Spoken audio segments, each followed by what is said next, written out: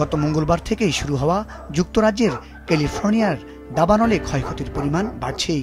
প্রাণ বাঁচাতে এদিক সেদিক ছুটছেন মানুষজন। এ সময় অন্য প্রাণীদের কথা ভাবার সময়টুকু তারা পাচ্ছেন না। ফলে অসহায় প্রাণীগুলোর জীবন সংকটাপন্ন। এই অবলা প্রাণীদের করুণ পরিণতির কথা ভেবে এগিয়ে এসেছে স্বেচ্ছাসেবী সংগঠনগুলো।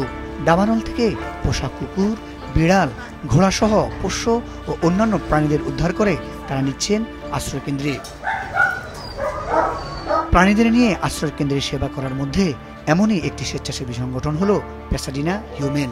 এরই মধ্যে বিভিন্ন স্থান থেকে উদ্ধার করা প্রায় 400 প্রাণীর ঠাঁই হয়েছে তাদের এই আশ্রয়কেন্দ্রে, যেখানে রয়েছে কুকুর, বিড়াল, ছাগল, ভেড়া, ঘোড়াসহ নানা প্রজাতির প্রাণী। অনেকেই নিজেদের বাড়িঘর হারিয়ে বা দাবানলে পুড়ে যাওয়ার আশঙ্কায় তারা নিজ উদ্যোগেও বাসায় থাকা পোষ্য প্রাণীদের এই আশ্রয়কেন্দ্রে রেখে যাচ্ছেন।